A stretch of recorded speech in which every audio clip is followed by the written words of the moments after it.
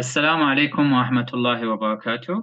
My name is Al-Hamza Fadil Abbas, and I am a PhD scholar from Azman Hashim International Business School, UTM University in Malaysia, University of Technology Malaysia. And this is one of the series of the workshops that is conducted from ISS Iraq, International Student Society Iraq.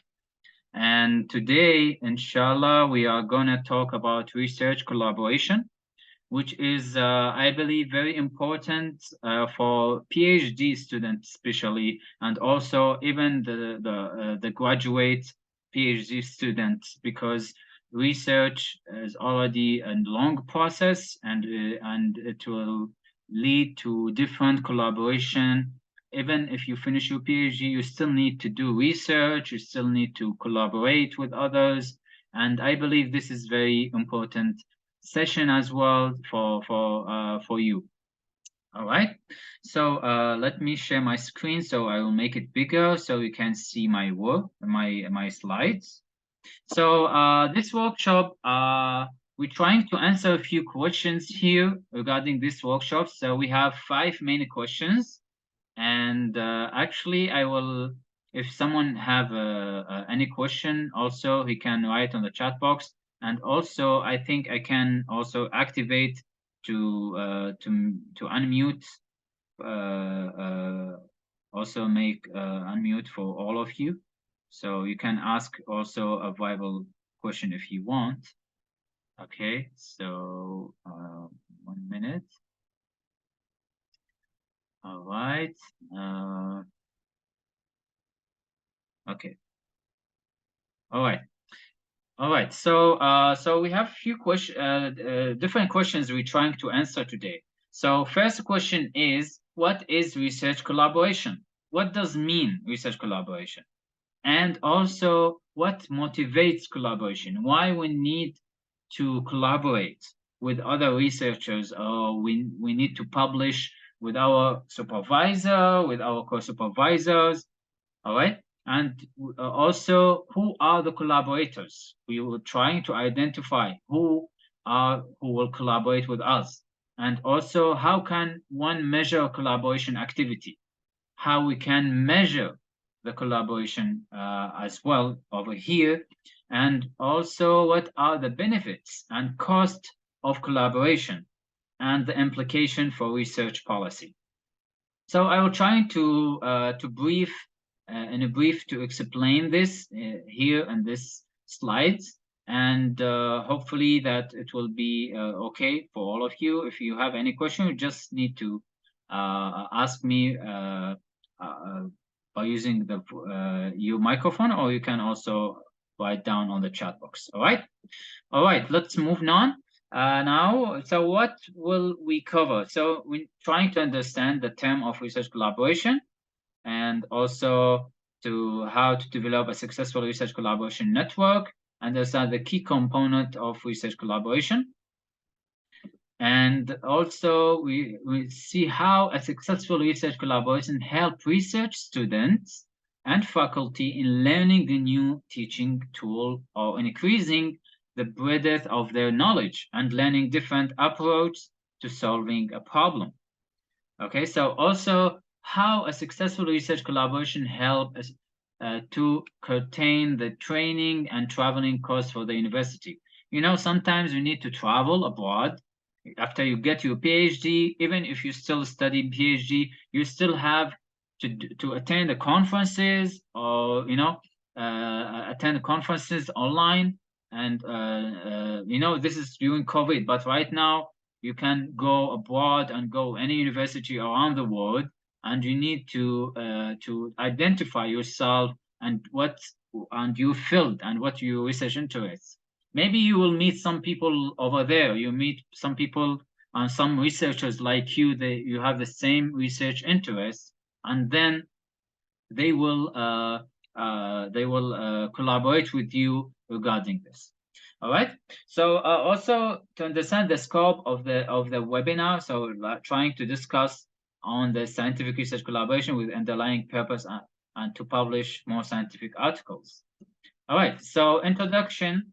So we say the issue examined of the literature on research collaboration fall into a number of categories. So first, there is a question of how, as I mentioned, can measure research collaboration, address a particular whether one can do so through the analysis of multiple authors or multi-address papers, for example. You remember that last sessions, anyone who attend last sessions of bibliometric for Dr. Kasim or for my session last time, we're talking about the author, the publication by authors, how you find that on on using voice viewer, and also how the number of papers. You see, all these things are under understanding of research collaboration. Okay, so also the second category trying to concern the factor encourage the formation of research collaboration, and various authors have attempted to identify the source of collaboration, like, okay, looking for especially at the role of communication and the effect of, for example, physical and social proximity on propensity to collaborate, and finally increase your productivity and your impact in the research. You know, when you collaborate further, when you have a big network, that's mean you have a big effect and your productivity will increase over time. If you are a full time researcher in university or or you still even a PhD student. So this is very important as well. So the question, as I mentioned, what is research collaboration? So for a successful collaboration, it is better to have individual with similar research interests. As I mentioned, you need to find someone who have the same research interest so you can collaborate with him or her to publish a paper. All right. So also the dictionary define the term collaboration suggests that working together of individual to achieve a common goal or agreed goal. So this is the definition of collaboration. So from this definition, the research collaboration could be defined as working together of researcher to achieve the common goal of adding or producing new scientific knowledge. All right. So, and the more basic the field, the greater the proportion of international collaboration. All right. So these are the main, let's say the definition of collaboration and as a term, and also the definition of research collaboration. You can see also on the right side here, this is a map generated by one of the softwares using bibliometrics. You can see here are how the collaboration has met. You can see these are the names or maybe the papers of the authors, and you can see the link for each author with each others. So this is what does mean collaboration. This is showing how collaboration occur amongst researchers in the same institution, in the same country, or on the other with other countries. Okay. So, what is research collaboration? We're still here trying to identify and go deeply. So, the dictionary defines collaboration suggests that working together, as I mentioned, to achieve common goal, could define as working together research to achieve common goal to produce a new scientific knowledge. And also with academia, various terms are used to refer to research collaboration, like co-authorship, okay, research networking, and research or academic partnership. All these meanings all these terms has the same meaning, which is research collaboration. When you're talking about co-authorship, this term is also very popular using on with other collaboration as well. And also there are different format of research collaboration. For example, and we will talking about this in details, intra and to interdepartmental and inter institutional to international collaboration. and also from interdiscipline to intradiscipline collaboration. I will go this in details, so it will make it easier for you to understand. Okay, you can see, for example, just this is on the right side here. You can see that what is the difference between inter-organizational and intra-departmental. That's mean, for example, organizational A with let's say University A and University B.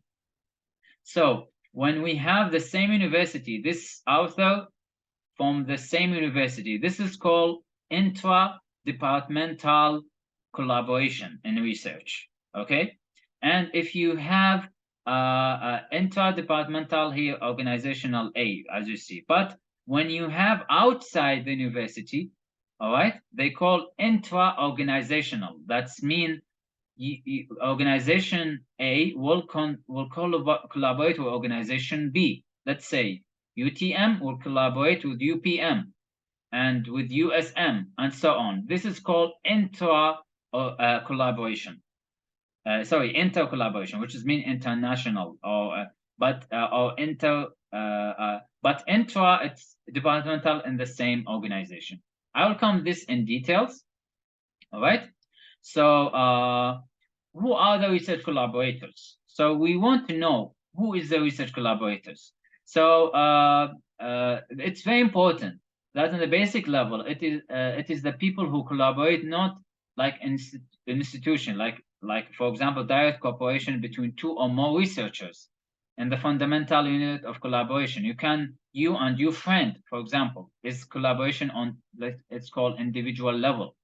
Often talk about collaboration with different level between groups in the same department. Let's say you are an institution, you are department, for example, accounting. You want to collaborate with department of finance or statistics or economy. This is called in between departments, and also in the same institution.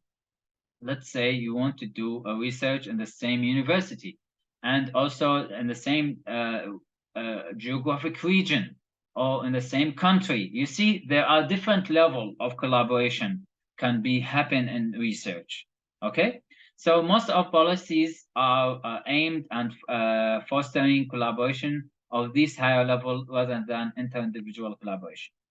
So as I say, international collaboration means collaboration between nations, all right, between countries, while intra-national collaboration, it's mean collaboration within a single nation. That's mean in a one country, let's say in Malaysia only, or in Iraq, for example, or any other country. But for intra-national, that's mean, for example, between Iraq and Malaysia, there is a collaboration in research, all right?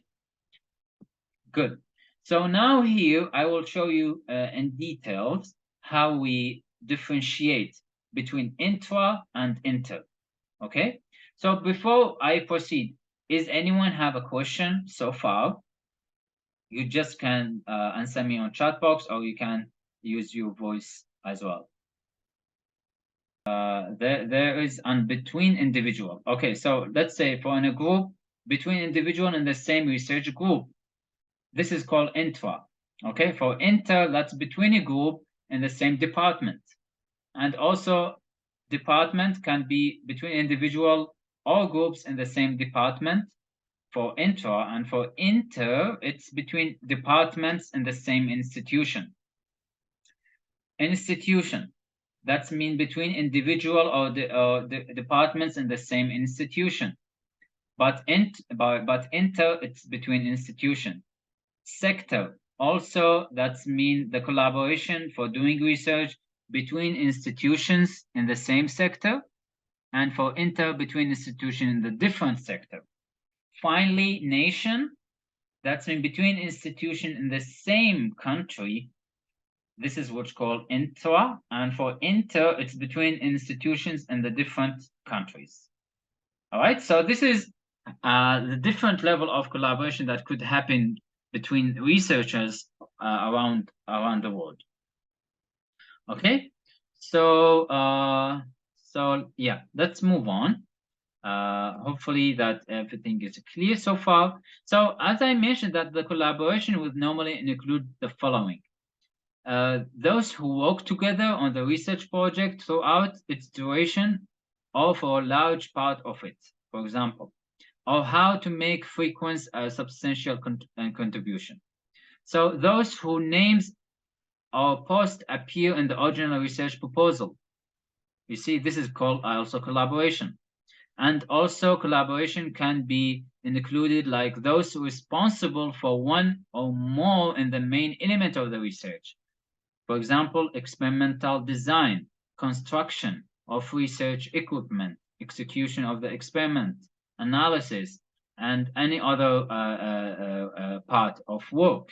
For example, if you find if you check the papers that publish one of the journals, you can find at the end of the paper there is a reference. Before the reference, there is collaboration. So some journals mention this collaboration. That's mean every author, what he did, what its contribution in this paper.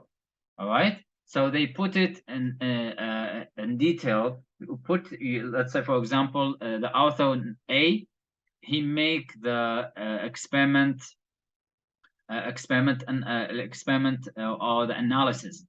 Also, for example, author B, he do the research equipment, and so on.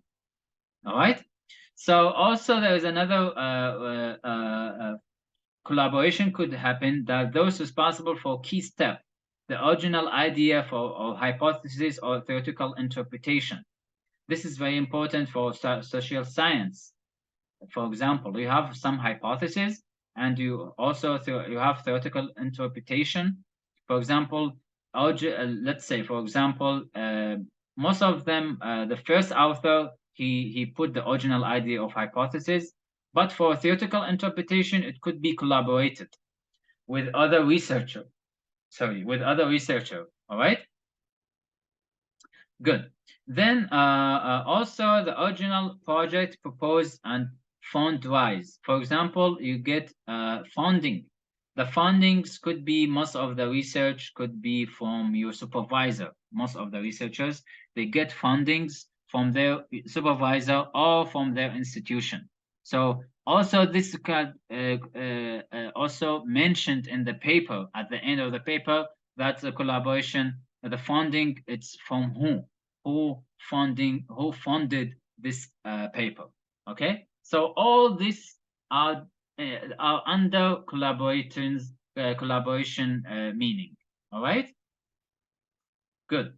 So also the group of collaborator will generally exclude the following.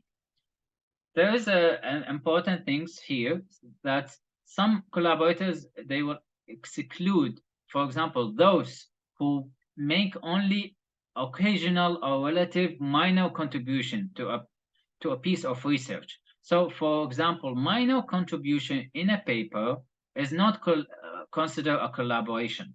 So this will be excluded from collaboration. Okay, so for example, for someone who didn't do any contribution in the paper, ethically, he should not put his name in the paper. Why? Because he didn't do anything. He didn't collaborate. So this is unethical, actually. So this is should be excluded from the collaboration.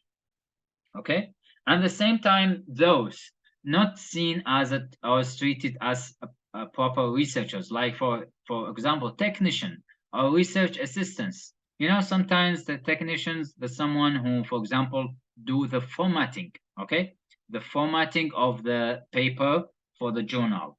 Okay, for example, or someone who do the proofreading for your paper, or paraphrasing for your paper before publication. These people, you cannot mention their names in the paper. Okay, this is not considered collaboration. So the collaboration it should be in the content of the paper itself.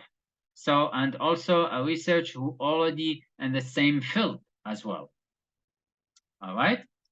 Okay. So also, why we need collaboration? So we ask ourselves why we want to be a collaborator.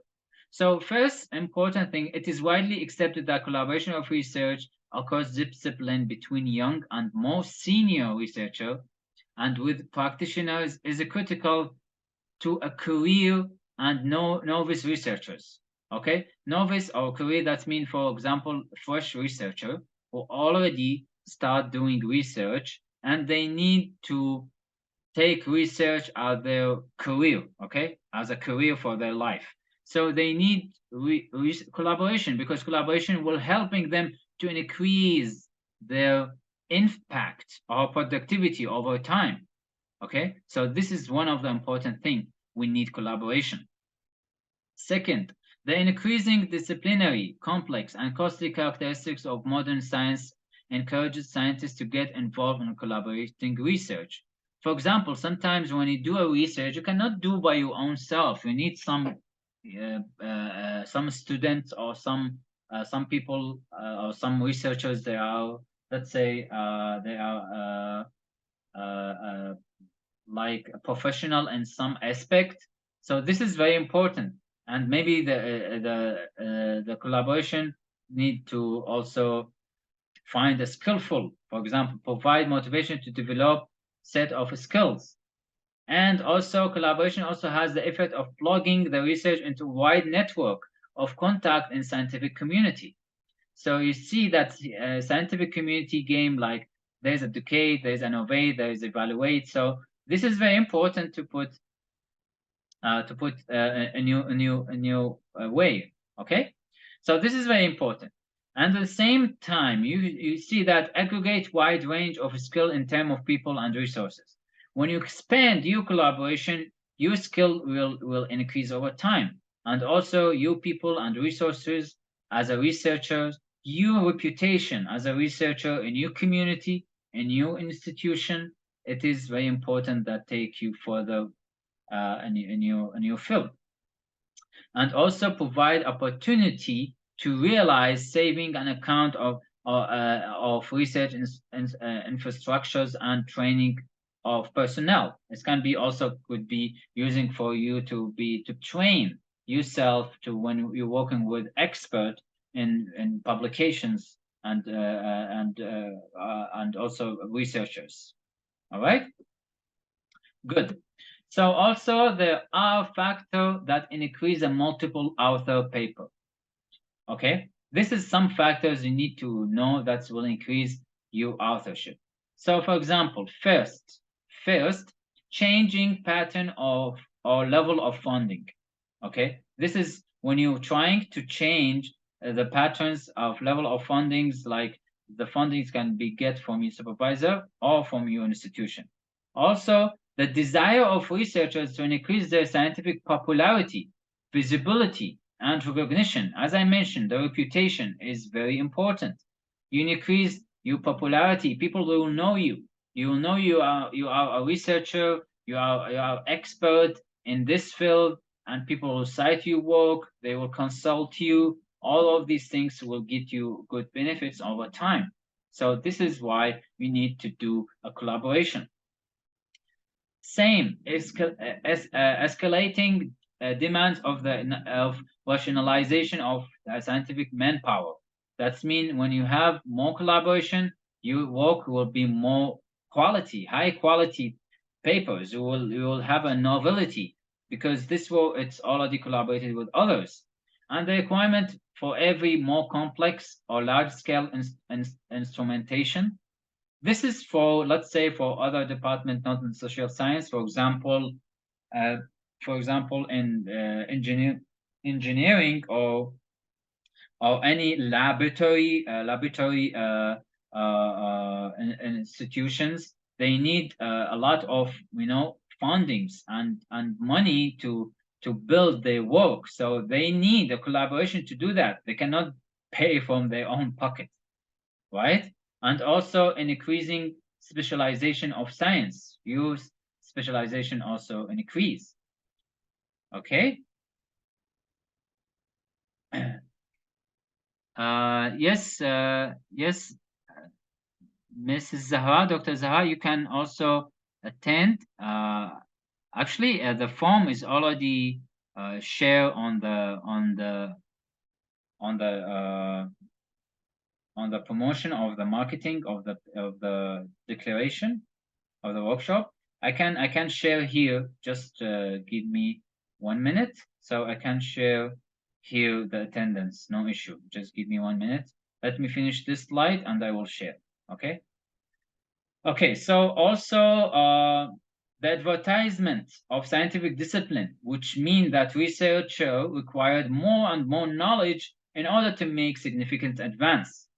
A demand which often can only be met by pooling one knowledge with another. So the discipline of your research also require more knowledge to you increase your knowledge, and your specialization, and also the growing professionalization of science, a factor which is probably more important in early years than now, especially for as a fresh researcher or new, or let's say junior researchers like me and like other any other students. They need a collaboration with the senior researcher to expand their knowledge and also the efficiency and gain their experience as well, and also to get cross fertilization, cross discipline, and finally they need to work close physical proximity with others in order to benefit from their skill and tactic knowledge. As I mentioned, the senior uh,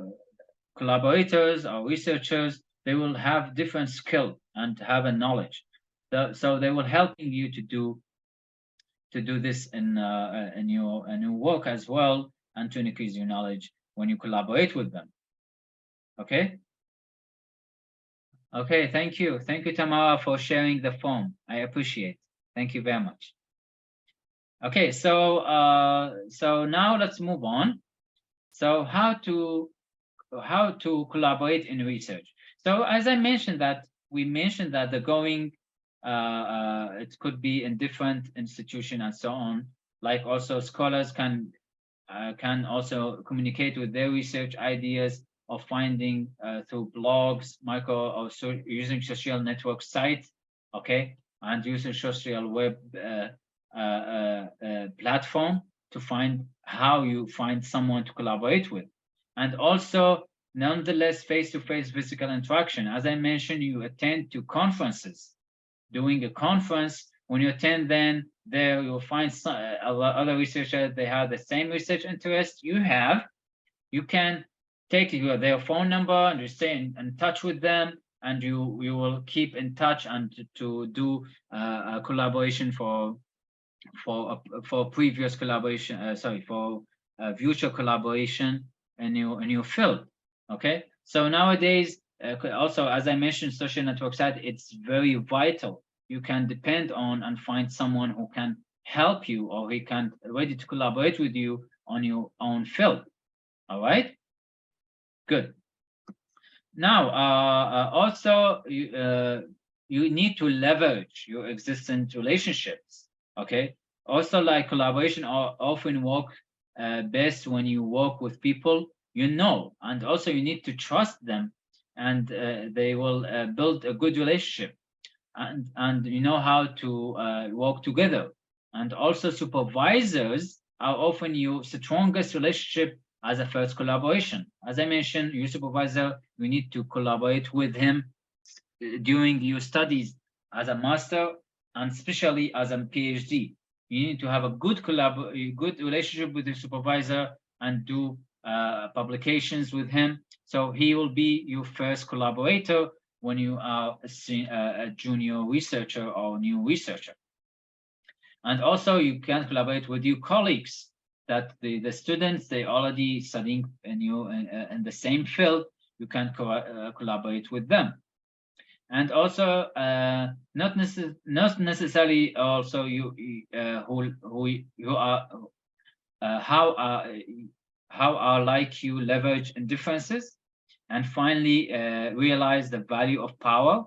And as I mentioned, reputation, your reputation as a researcher, it will be increased on the long run. All right, you can see here this is a graph showing how collaboration work. So this the key components of the collaboration. You see here on the left side, you are alone, you are by yourself. On the right side, there's a people or researchers who are trying to collaborate. So the collaboration, when it be created, that will delightfully follow the schedule. Also, you can division the responsibility, and also everyone have a responsible attitudes, agree to deliverable for your work, and also formal relationship, and have patience. So these are components of collaboration. Sometimes you collaborate with some researchers, they are very slow, for example, and they take long time to finish their task or their part or their responsibility. So it's okay. It's okay. You need to be patient with them. No, don't be rushed, because collaboration, it's a long journey, especially when you finish your PhD and you work in academia. You work in take academic field as a lecturer, as a researcher, your career. You need to collaborate with different researchers. Some researchers, they're really vital, they're really active. They can collaborate with you faster, and they do their task very fast. And some, they are not, right? So you need to know, and you need to pick which researcher is much suitable for you, or which one. Let's say, for example, we collaborate with a researcher for first time, and this researcher was like, a very, slow, and the process, and you finish your work with him. You should not cut your relationship with him. No, you need to finish your work with him, but you find other options that you can, other researchers that maybe they are more active. If you want to publish faster, or you want to finish your paper faster, you can find collaborators that are very good in writing research. So yeah, this type of collaborators, you stick with them. You just keep in touch with them. You suggest with them if you have a paper, or you have, sorry, a topic you want to write a paper on. You can ask them. You can do also online meetings, like using Zoom, using different platforms, or you can, if you have in the same country, you can meet physically, have a coffee, together, and show somewhere, and you can talk together. All these parts are very important. You build a good relationship with your collaborators and with your researchers. All right. Okay, so as I said, how we mentioned at the beginning, how we can measure collaboration activity, how we know the person is collaborate over time. And I say that there's different techniques, actually. So I'm not gonna talk about this in details, because this is more talking about statistics and all of these things. So, but I just want to mention here that there is a Lotica graph. This one, pioneer insight into productivity of scientists, have provided by Lotica in 1926 as inside science confirmed by numerous of others. Lotica, you can find it when you do, for example, some papers, let's say bibliometric papers, for example, they use this techniques, or they use this, let's say, graph to showing the productivity of publication for scientists. You can see on the right side here. I will explain. And you can say also when you use, for example, our package, the BiblioShiny, last workshop by Dr. Kazem, he already mentioned about BiblioShiny. You can check on YouTube, it's already there. But maybe he didn't mention this in detail. But this techniques is already there, that's showing you the productivity over time. So let's talk. What does this mean? What's the graph explain here? So Lotica is trying to show that the number of authors, you see, this is the number of authors. You see, this is the X and Y. So so you can see this X and this Y.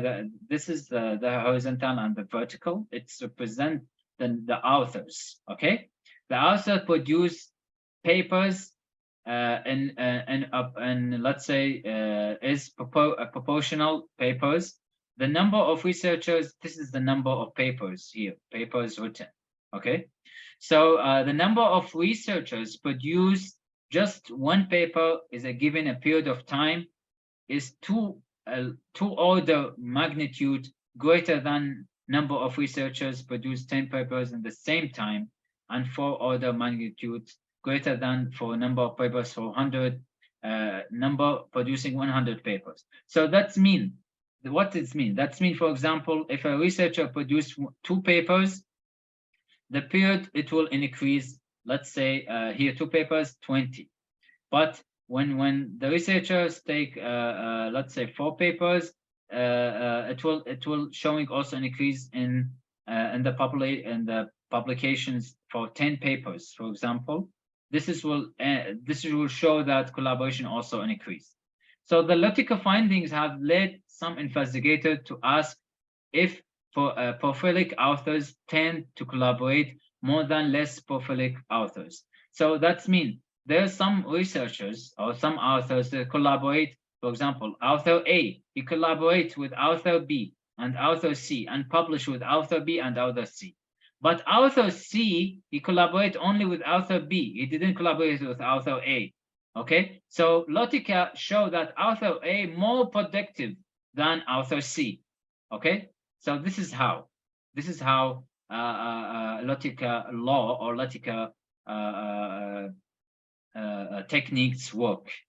Okay, so also we can talk that in details maybe later when we have another workshops talking about bibliometrics in details.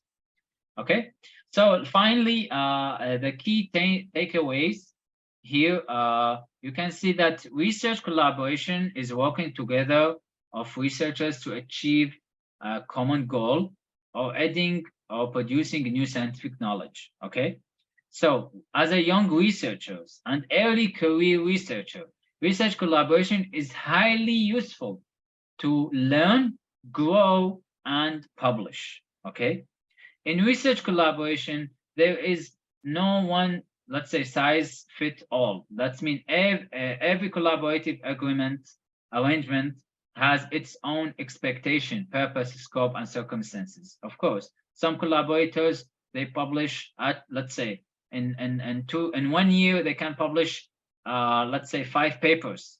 And some collaborators, they publish 1 paper or 2 papers in a year. So it depends on their circumstances, on their productivity, on their contribution. So all these are factor affect about the collaboration productivity in general. And also a successful research collaboration, as I mentioned, it's require patience. You need to be patient. Maybe, for example, you write a paper, you start from January to write a paper. This paper will take too long. It's okay as long as you still progress on it. Let's say on, for example, August or September, you already finished the paper in 1 year. You see, so collaboration and research, it takes time. Okay, so one of the important thing, it's you need to be patient. And also, as I mentioned, the deliverable. You need, that means each researchers, they are delivering their work. That's mean you finish your part, you send it to you online or using email or anything, you send it to your other collaborator that you did your part. Now he will check and he will do his part and so on. So also everyone need to participate in the task between each researchers. Okay, so this is represent everyone has his own responsibility and his also attitudes among others.